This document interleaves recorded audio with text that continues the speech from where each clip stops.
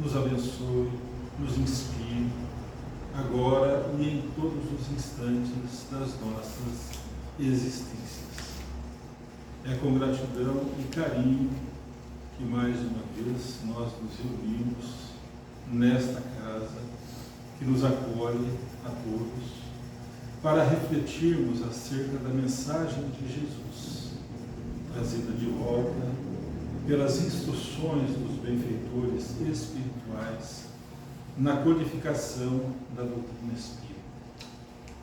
Hoje nós vamos iniciar as nossas reflexões fazendo uma perguntinha: qual que é o objetivo de nossa vida, ou de nossas vidas? Todos nós temos um objetivo. Depende do dia, depende da hora, depende da fase da vida, né? Quando nós chegamos na primeira infância, os nossos objetivos eles não estão muito presentes, não estão muito definidos. Mas em cada fase da vida, os nossos objetivos vão se aprimorando. Nós chegamos na adolescência e aí queremos chegar na fase adulta, né? Participar de atividades, participar de determinados ambientes. Quando chegamos na fase adulta, aí já agora estudar, concluir os estudos, constituir família, aí começa casamento e o encaminhamento profissional. Depois chegam os filhos. Os filhos, aí então, os objetivos também mudam. Os objetivos vão sendo aprimorados. Depois, a casa própria, o carro, a viagem, a aposentadoria, viagens intermináveis, que a gente não sabe como é que isso vai trazer paz para a gente, mas vamos lá.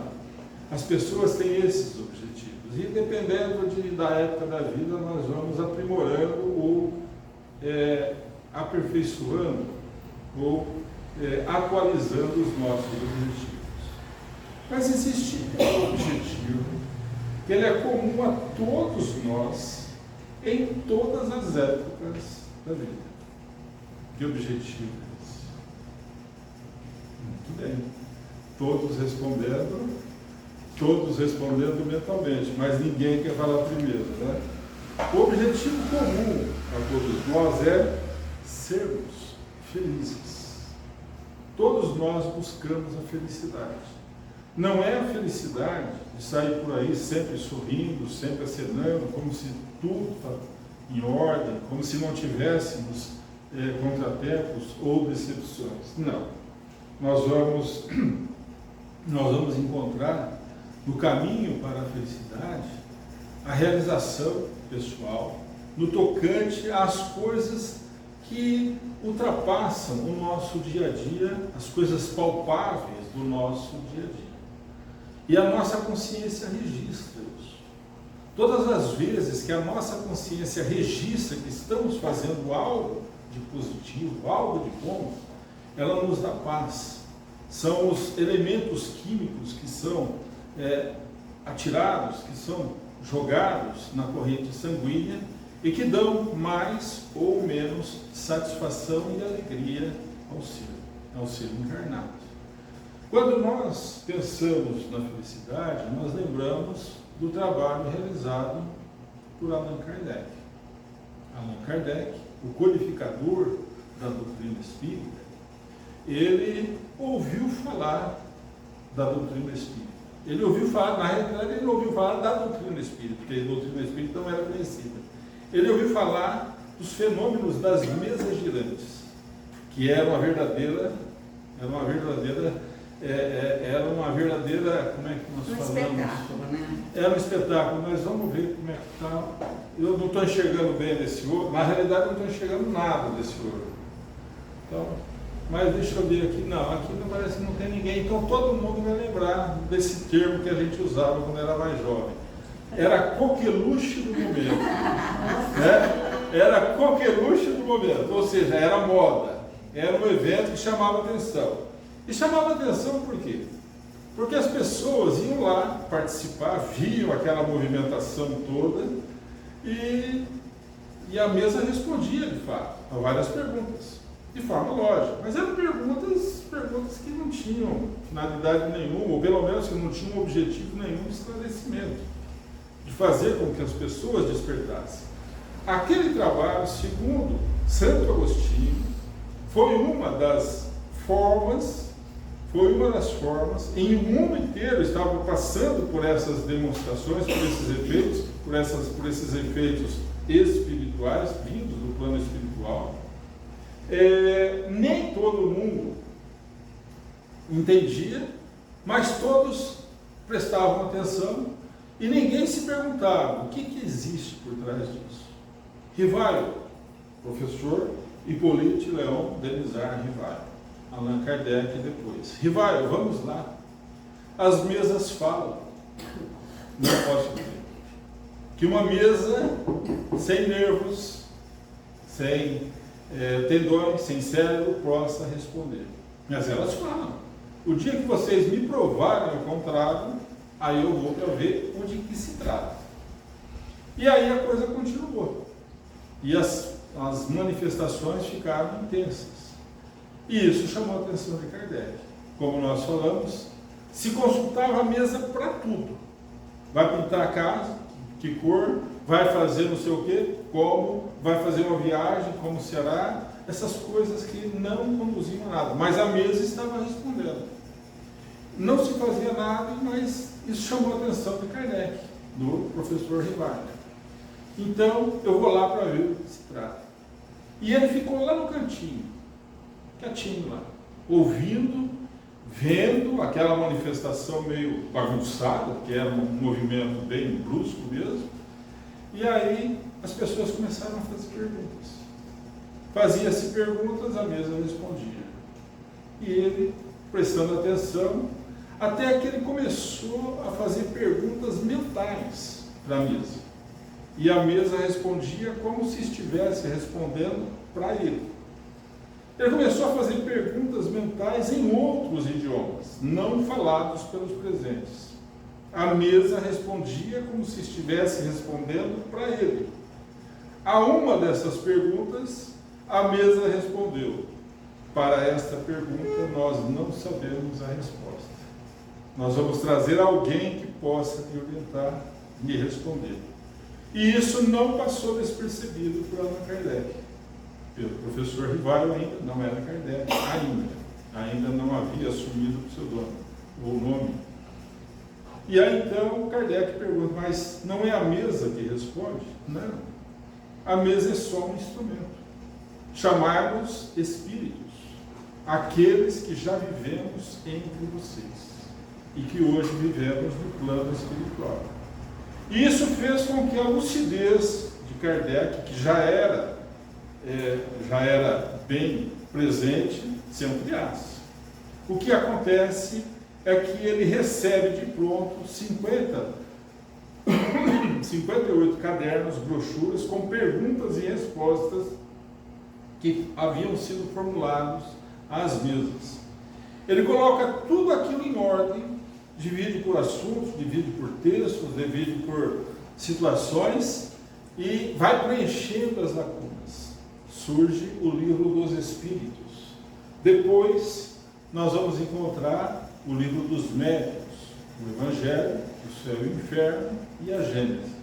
Além desses livros, Allan Kardec escreveu outros livros que nós, aprendizes da doutrina espírita, temos o dever de conhecer. E além disso, ele publicou a Revista Espírita. Surge a doutrina espírita, como nós, aprendizes que somos, verificamos no nosso dia a dia. Hoje nós vamos falar sobre o objetivo da vida. Qual que é o objetivo da nossa vida mesmo? Sermos felizes. Se nós olharmos o objetivo de todos nós vamos olhar o Evangelho segundo o Espiritismo.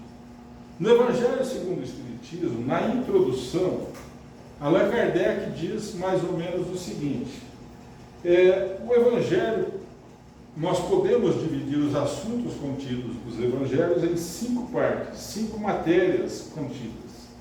Os atos comuns da vida do Cristo, os milagres, as profecias, as palavras tomadas pela igreja para a formação ou estabelecimento dos dogmas e o ensino moral. Os 4 tópicos são controversos.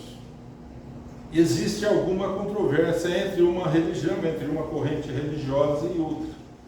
Mas o 5º tópico, o ensino moral, ele é unanimidade em todas as religiões, em todas as correntes religiosas. Então nós vamos encontrar no Evangelho segundo o Espiritismo o ensinamento moral. Se nós buscamos ser felizes, vamos analisar o Evangelho segundo o Espiritismo. No capítulo 1, não vim destruir a lei. De que lei? De que lei referia-se Jesus? Não penseis que eu vim destruir a lei. Eu vim cumprir a lei. E aí então Allan Kardec, na sua lucidez, ele faz um estudo preparado ou que antecede a mensagem de Jesus, o ensinamento sobre a lei. Ele fala desde Moisés, certamente um dos mensageiros, a primeira revelação. A Moisés, nós vamos imaginar Moisés nos revelando o seu trabalho através dos esforços que empreendeu em 2 momentos. O trabalho de Moisés tem 2 momentos, correto? O primeiro é o ensino moral, que está consubstanciado nos 10 mandamentos.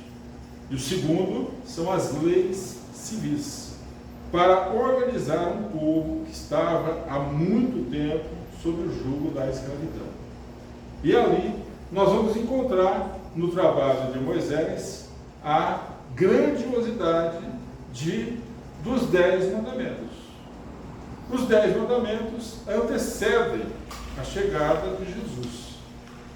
Quando não vim destruir a lei, a segunda revelação, todos nós aprendizes que somos, lembramos de Jesus. Lembramos de Jesus que resumiu aquela primeira parte moral dos 10 mandamentos em 2 mandamentos. Amarás a Deus e amarás ao próximo. E isso ele não falou mais, porque naqueles dias nós não tínhamos condições de entender o que ele poderia falar mais.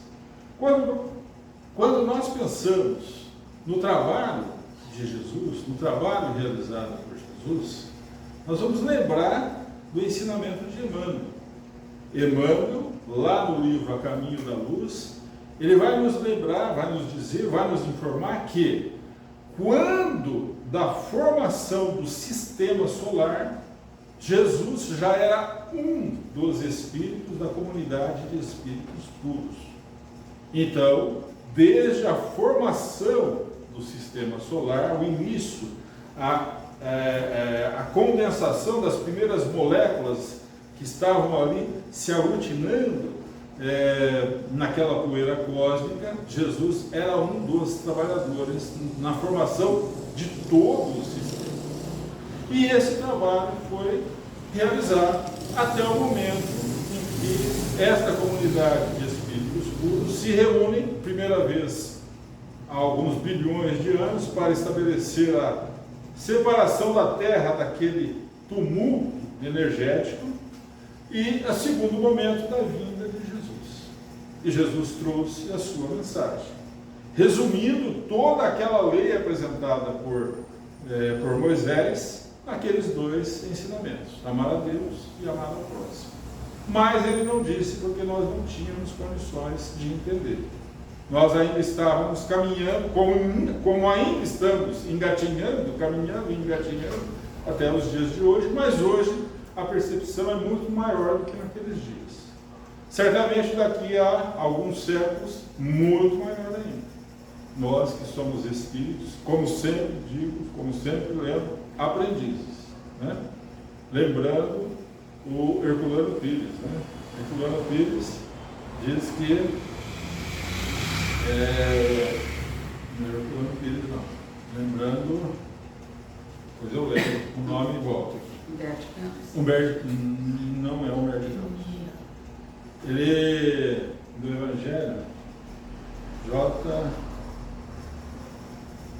escapou o nome, do Evangelho, um tradutor. J. Herculano Pires. Herculano Pires. Então é Herculano Pires, Eu estava certo, então. Estava certo. E fiz confusão, é isso?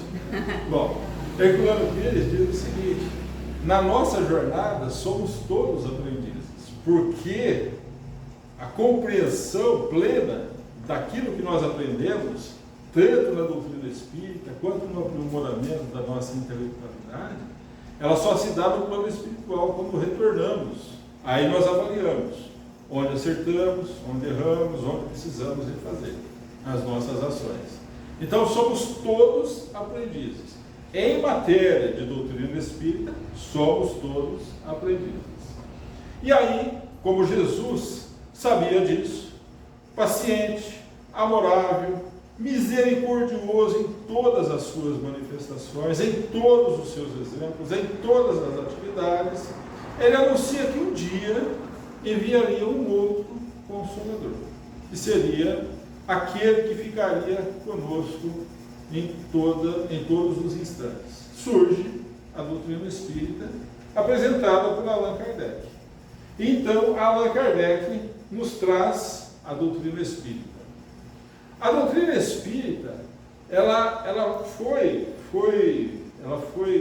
constituída, ela foi escrita, Kardec usou as informações de vários centros de todo o mundo, em todos os ambientes. Não tinha internet, não tinha Zap Zap na época. Deixa eu só fazer uma pergunta. Todo mundo tem Zap Zap aqui, né? Na época não tinha Telex, não tinha nada, absolutamente nada. O Telex que tinha era de algumas regiões, em alguns ambientes, 1850, isso era apenas em alguns ambientes. Nem todos os lugares tinham Telex, sequer telegrama, né? Era aquela coisa bem tosca mesmo. E aí o Kardec colhe todas essas informações. No capítulo 2º do Evangelho segundo o Espiritismo, meu reino não é deste mundo.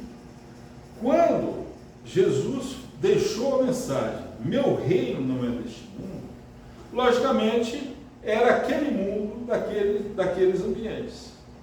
Um ambiente constituído de agitações materiais, buscas materiais, com as exceções que nós encontramos em todas as épocas da humanidade, porque em todas as épocas da humanidade nós tivemos a presença de mensageiros divinos que nos ajudaram.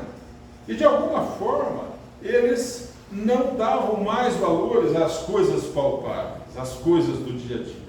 Eles transcendiam a compreensão daquilo que era considerado o normal. E aí então, quando Jesus fala, meu reino não é deste mundo, ele começa, os benfeitores amigos, e Allan Kardec compreende bem isso, ele se refere ao quê? À vida futura, à situação em que nós viveremos mais adiante. O reino ainda, o ambiente em que vivemos não é deste mundo. Mas, mais adiante, certamente será. No capítulo 3º, há muitas moradas na casa de meu Pai. Isso é algo que nos chama a atenção. Não se turbe o vosso coração. Credes em Deus, crede também em mim. Há muitas moradas na casa de meu Pai. Dessa afirmativa, desse ensinamento de Jesus, nós temos duas compreensões. Primeiro, os mundos habitados. Nessa infinidade de mundos, de esferas, de ambientes, nós vamos encontrar os mais variados ambientes para que a vida flua, para que a vida aconteça, para que as experiências do dia a dia, coletivas e individuais, se realizem. E nós vamos encontrar neste ambiente, ou nestes vários ambientes, cada um de nós vivendo a sua individualidade, de tal sorte que podemos estar num ambiente de paz e vivermos uma agitação íntima que não tem explicação. E podemos estar num ambiente agitado e vivermos uma paz íntima que nos dá paz de consciência, que também ninguém compreende. Você parece que não se envolve com isso aqui, está todo mundo apavorado com tal assunto, e você não está nem aí. Mas eu vou fazer a minha parte, o resto, se não der certo, não é assim que a gente fala? Nós que estamos aprendendo, não é isso que a gente fala? Eu faço a minha parte, o resto, depois, mesmo porque a minha compreensão em determinado momento é uma e em determinado momento é outra.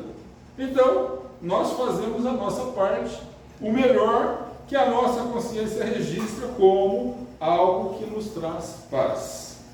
No capítulo 4, ninguém poderá ver o reino de Deus se não nascer de novo. Ali, Jesus apresenta aquilo que já era conhecido dos judeus naquela época, dos hebreus de antigamente, de muitos povos do Oriente, a realidade da reencarnação. Falamos nós de reencarnação, mas eles entendiam de uma outra forma. Não entendiam como o processo se dá. Allan Kardec, ele nos traz a informação desde o momento da concepção até o momento da disjunção molecular, pela desencarnação, através da disjunção do corpo físico, da disjunção molecular do corpo físico. Passando por várias fases. Primeira infância. Primeira infância de quando até quando mesmo? Até 7. Exatamente. Da concepção até 7, às vezes até 8 anos. Segunda infância, dos 7 e 8 até os 12 e 13. Depois, 12 e 13 até os 18, 19, 20. E aí nós chegamos na fase adulta, onde a criança, onde o ser, criança, já não é mais criança de 20 anos. Deixa eu ver, não tem mais nenhuma criança de 20 anos, mas vamos lá. Então o que acontece? Passa a assumir o seu verdadeiro caráter. Então isso, e aí é o que acontece com todos nós. Existem casos em que a vida física ela não passa por todas essas fases. Imaginemos que errei, cometi determinadas situações numa vida anterior e trago as sequelas dos meus atos passados. Aquele ato, ou aquelas atitudes, ou aquele meu comportamento fez com que eu diminuísse a minha experiência lá em alguns anos. E aí eu tenho agora não necessidade para completar aquele trabalho. Não de uma vida 50, 60, 70. Bom, eu cheguei numa fase que agora eu estou usando como regra 80, 90, 100, 110 anos. Então, nós encontramos as crianças prematuras que retornam ao plano espiritual, jovens que são encaminhados aos estudos, fazem todo um trabalho maravilhoso e na hora que a família está ali maravilhada, acabam desencarnando. Perde-se isso? Não, isso não se perde. Todas as conquistas, todo o aprendizado, ele vai se incorporar. Incorporou ao modo de ser do espírito, da individualidade, nós todos trazemos virtudes e todos nós trazemos fraquezas. As virtudes incorporadas, elas vão permanecer conosco. Nas próximas oportunidades, nós vamos trabalhar, no estágio em que estamos, passarmos pelas provas e expiações, para trabalharmos as nossas fraquezas e deficiências. No capítulo 11, amar o próximo como a si mesmo. Você viu que nós já demos uma puladinha, né? Estávamos no capítulo 4, vamos para o capítulo 11. Amar o próximo como a si mesmo. Aí nós vamos encontrar uma definição e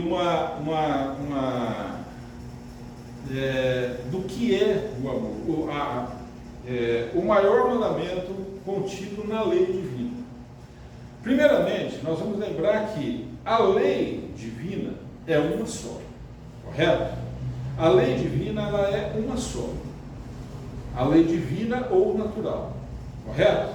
Allan Kardec, para fins didáticos, ele subdivide em 10 leis. Lá está lá no livro 3 do livro dos Espíritos. Nós que somos aprendizes conhecemos, ou estamos aprendendo, correto? Ali nós vamos encontrar as definições do amor. Lázaro, ali em todas as partes, e no Evangelho, fartas informações. Nós vamos encontrar a definição do Espírito Lázaro sobre o que é o amor. Ele diz mais ou menos o seguinte: na nossa jornada, nós, para que entendamos o que é o amor, toda a doutrina de Jesus se resume no sentimento de amor. Peraí, sentimento de amor? Sim. Vamos ver as fases pelas quais nós passamos antes de chegar no sentimento de amor. Nós começamos nos instintos, correto? Que ali é a sobrevivência. É a sobrevivência do corpo físico, é manter a nossa atividade física. Ali nós estamos aprendendo ou incorporando os instintos. Depois dos instintos, nós vamos caminhando. Chegamos nas sensações. É a fase em que nós estamos agora. Nessa fase de sensações, nós temos os insights para os sentimentos. É aquilo que nós estamos aprendendo também com a doutrina espírita e todas as doutrinas religiosas, quando ensinam o moral, o desenvolvimento, o aperfeiçoamento moral, trabalham para isso. Para que nós comecemos a despertar para os sentimentos. O amor, ele sublima o sentimento na criatura. E o que é que sublima o amor, o sentimento de amor? A ação. Porque nós conhecemos, nós estamos incorporando informações, nós estamos ampliando a nossa lucidez, a nossa compreensão. E isso só é possível, ou isso necessita que nós coloquemos todo esse aprendizado em atividade. E a atividade é a ação em favor do próximo. Uma vez, quando nós pensamos no amor, depois eu falo quando nós pensamos no amor, imaginemos o seguinte: um pouco antes de Jesus ser aprisionado, antes de ser flagiciado e crucificado, nós vamos lembrar que ele reuniu-se com os apóstolos, com os discípulos queridos. E o que ele falou ali: meus discípulos serão reconhecidos por muitos se amarem. Por quê? Porque de alguma forma ele falava que ele ia para algum lugar e que os discípulos não poderiam ir ainda, e que ele haveria de preparar este lugar. E aí então o que acontece? Os discípulos queriam saber: mas como é que, quando tu te fores, você não vai estar mais junto com a gente, como é que nós vamos fazer para nos reconhecermos? Será um sinal, um acessório, uma roupa? Não. Meus discípulos serão reconhecidos por muito se amarem. Mas, diante de tantos erros, de tantos equívocos no mundo, como é que faz? O amor cobre a multidão de pecados. E o amor, o que é? É um sentimento sublimado. Uma vez incorporado este sentimento em nós, ele nunca mais se aparta de nós. Hoje nós temos a experiência de amarmos as pessoas próximas, as pessoas familiares, amigos, pessoas que comungam muitas vezes das mesmas ideias, comungam dos mesmos trabalhos profissionais, num ambiente, às vezes nem um ambiente tão próximo, mas nós nos amamos. E uma vez estabelecido esse amor, eles não se partem. Os laços do amor, uma vez estabelecidos, nunca mais se rompem. Como é que é isso? Então a doutrina espírita vem e fala assim: olha, nós continuamos vivendo depois da vida física. Ah, mas nós tivemos nesse final de semana o feriado de finados, né? E muitas pessoas vão lá no cemitério, vão fazer as visitas, vão cumprir muitas vezes com a homenagem, vão lembrar das pessoas. mas nós lembramos de todos os nossos irmãos que já retornaram à vida espiritual diariamente. Quando a eles elevamos o pensamento, onde eles estiverem, eles recebem aquele eflúvio energético e se sentem felizes com isso. Então, nós comemoramos o dia, porém não é necessário um ambiente como é o cemitério, naqueles ambientes que nós vimos nesse final de semana. No capítulo 16 do Evangelho, nós vamos encontrar um ensinamento: servir a Deus e a Mamon. Não se pode servir a Deus e a Mamon. Parece que quando Jesus falou sobre isso, ele previa que nós passaríamos pela fase que nós estamos passando agora. Por quê? Porque nunca existiu tanto recurso no mundo e tantas desigualdades. O que é isso? Cada um de nós trazemos os nossos talentos. E o nosso talento significa talentos intelectuais, mas principalmente os talentos morais. E muitas vezes nós pedimos a necessidade da situação financeira, econômica, para aprendermos em relação aos excessos que possivelmente já cometemos no passado. E muitas vezes nós nos preparamos para eventos futuros. Muitas vezes as pessoas falam assim, mas no Brasil a coisa é muito escancarada. Não, sim. Não, sim, é ótimo. Não, nós passamos por muitas dificuldades e muitas diferenças. Mas existe uma coisa aqui que as pessoas não compreendem muitas vezes lá fora. Eu acho que eu já contei isso em algum momento, possivelmente, se não foi nessa casa, foi em outras casas, e alguém já teve isso. Eu estava assistindo uma reportagem.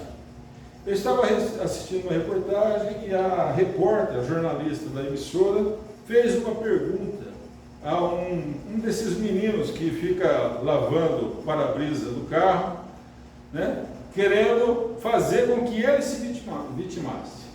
Um moço novo, seus 17, 18 anos, poderia estar na escola, poderia estar no outro trabalho. E ela falou, mas como que você faz isso? Né? Querendo que ele se chorasse de lamentos. E ele disse o seguinte para ela, que me chamou a atenção, e eu nunca esqueço a resposta dele: enquanto Deus me der forças para fazer isso, é o que eu preciso. Eu falei, olha, enquanto Deus me der força para fazer, é uma coisa simples, todos nós podemos fazer, e às vezes eles fazem e a gente não dá o devido valor, às vezes está meio emburrado, está com outros problemas, não dá a devida atenção, tudo isso acontece. Na nossa atividade do dia a dia é a mesma coisa. Todos nós passamos ou estamos sujeitos a passar por isso. Mas aqui o Pascal, Espírito, ele explica para nós a verdadeira propriedade, não é? O que é nosso mesmo?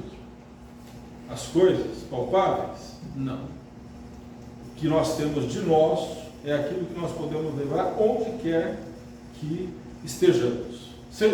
Estejamos encarnados ou desencarnados, aqui ou no outro lado do mundo, em qualquer atividade. São os valores morais, são as virtudes que nós vamos incorporando. Nós todos trazemos virtudes que vão ser ampliadas, e as fraquezas, elas vão ser convertidas em virtudes pela nossa prova, pelas nossas ações. E aí nós vamos lembrar dos exemplos do nosso cotidiano.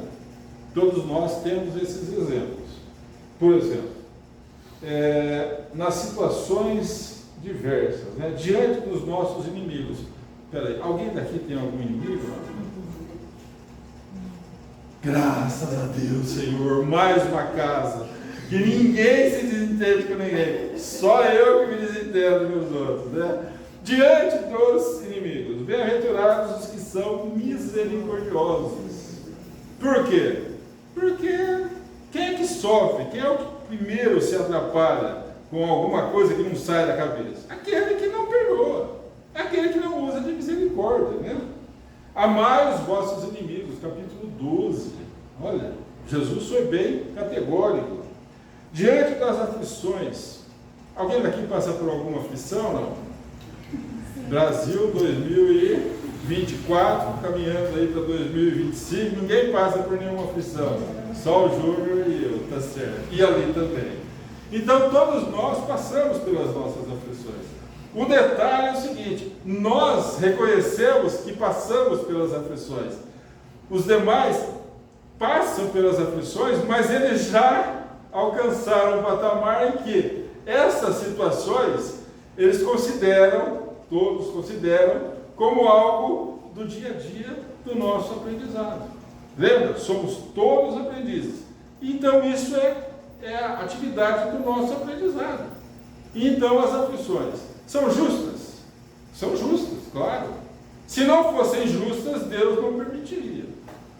Imagine, alguém comete um ato aqui e a gente paga. A gente paga o pato. Não, é uma piada, não vou contar. Né?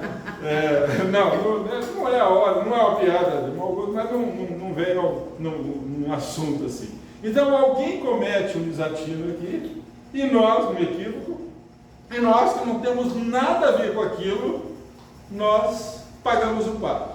É isso? Mas é o que muitas vezes acontece. Por quê? Porque quando alguém faz alguma coisa de equivocada que atinge todo mundo, cada um de nós vai colher um aprendizado dos resultados daquele equívoco. Correto? Como é que é a frase? Ai daquele que der causa. Ar daquele que der causa ao escândalo. O escândalo é necessário, mas ai daquele que der causa ao escândalo. Ou seja, esse escândalo, que a gente não tem nada a ver, ele vai ter resultados que nós, aprendizes, vamos passar para superar algumas situações que nós criamos no ano passado. São justas as aflições? Justas, são individuais. E se referem a coisas passadas. Passadas nesta existência, muitas delas, ou em existências anteriores. Nós vamos lembrar diante das nossas incertezas. Né? De vez em quando a gente fica em dúvida: será que é isso mesmo? Será que eu estou no caminho certo? E aí então a gente vai lembrar a cada um segundo as suas próprias obras. Todos nós escolhemos resultados. Eu não mereço isso. Muito bem. Graças a Deus nós esquecemos. Imagine se nós lembrássemos o mal que causamos a uma pessoa querida da família ou do círculo de amigos, do círculo social, e hoje convivemos com essa pessoa. Ainda bem que a gente esqueceu. Então a cada um de nós, as nossas obras, cada um de nós, diante das nossas atitudes em geral, a cada um segundo as suas obras. Quando nós pensamos nesse roteiro traçado por Kardec, nós nos lembramos de um ensinamento da doutrina espírita, da jornada desde os instintos aos sentimentos. Nós superamos muitas das nossas fraquezas e deficiências, nos aperfeiçoamos e colocamos em prática o sublime ensinamento da doutrina espírita. Mas a doutrina espírita hoje surgem várias correntes, dando sentidos a muitos ensinamentos. Não, a doutrina espírita ela é uma só, traz a confirmação dos benfeitores amigos. Foi um trabalho muito bem trabalhado, muito bem realizado, muito bem planejado e realizado junto aos benfeitores da humanidade. Aí nós chegamos no capítulo 5º. O objetivo nosso não era ser feliz? Então, no capítulo 15, fora da caridade não há salvação. Lembra? Instinto, sensação, sentimento nos conduz ao amor, o amor sublima o sentimento, e o que vai sublimar o sentimento de amor é a nossa ação no bem. nós vamos encontrar ali uma mensagem do Espírito Paulo, né? Paulo, Paris, 1860. O verdadeiro espírita e o verdadeiro cristão são uma e a mesma coisa, porque todos os que praticam a caridade são discípulos de Jesus. Na sua mais ampla concepção, na sua mais ampla acepção, nós vamos encontrar a ação do bem em todos os momentos das nossas vidas. Nós temos oportunidade de falar às pessoas desesperadas, ouvir as pessoas que necessitam ser ouvidas, ajudar materialmente, o que muitas vezes antecede até o trabalho de atendimento moral, porque as pessoas necessitam de socorro material. Então, tudo isso nos conduz a um patamar onde as nossas virtudes vão sendo aprimoradas, e aí isso vai facilitar a nossa compreensão da vida. Para encerrarmos, nós vamos lembrar o que ensinou Paulo, ou o que trouxe Jesus, ou o que trouxe Kardec no Evangelho, capítulo 15, fora da caridade não há salvação. E aí nós vamos encontrar um trabalho realizado, possivelmente muitos ou todos conhecem, do professor Stephen Post. Stephen G. Post. Ele é professor de medicina nos Estados Unidos. Como professor, ele estuda e estudou durante muitos anos, ele deu aula no meio oeste, escreveu vários livros, e um desses livros chama a atenção. O título, a gente lê o título, já sabe até do que ele vai falar.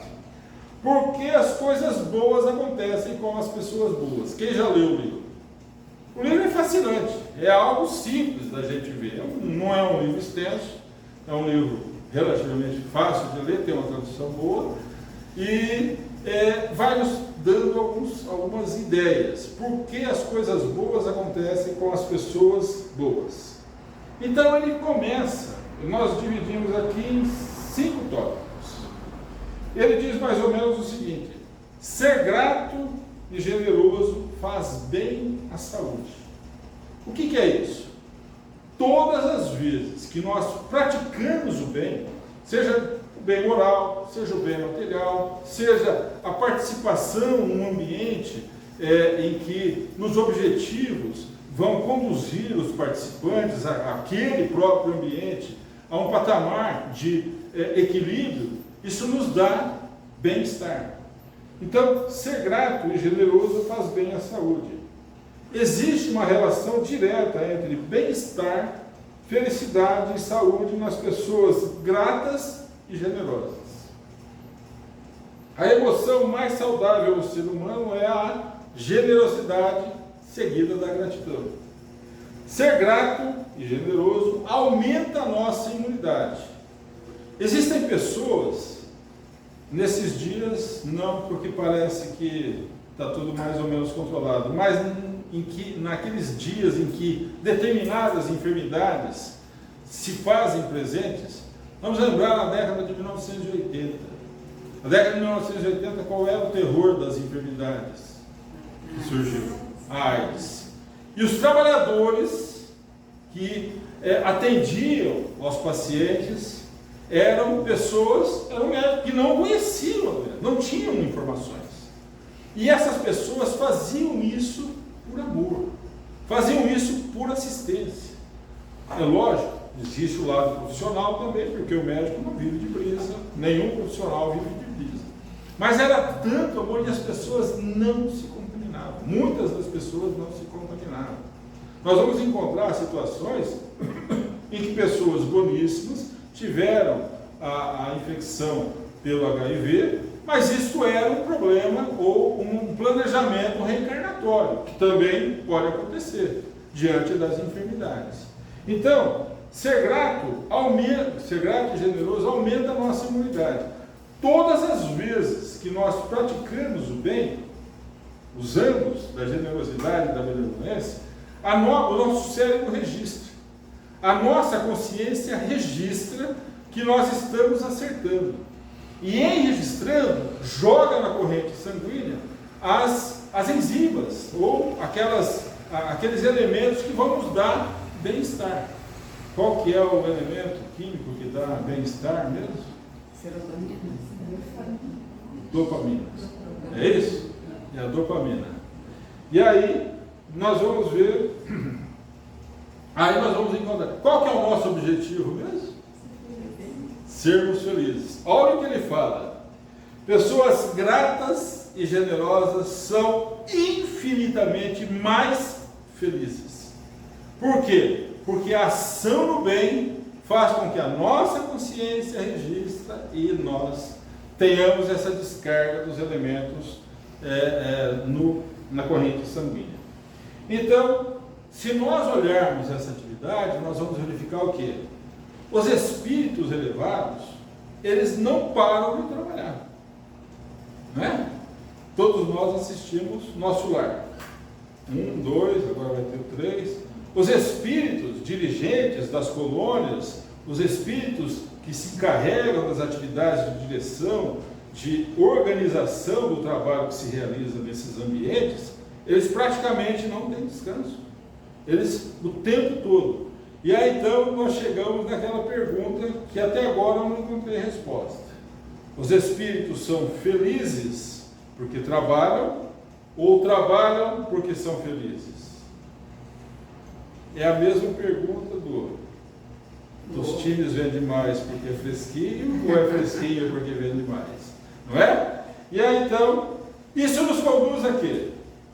Generosidade e gratidão. Nos conduz a quê? A felicidade. Se o nosso objetivo é ser feliz, então este é o caminho que os benfeitores espirituais sugerem. Tenhamos isso em mente, que o Mestre querido nos abençoe a todos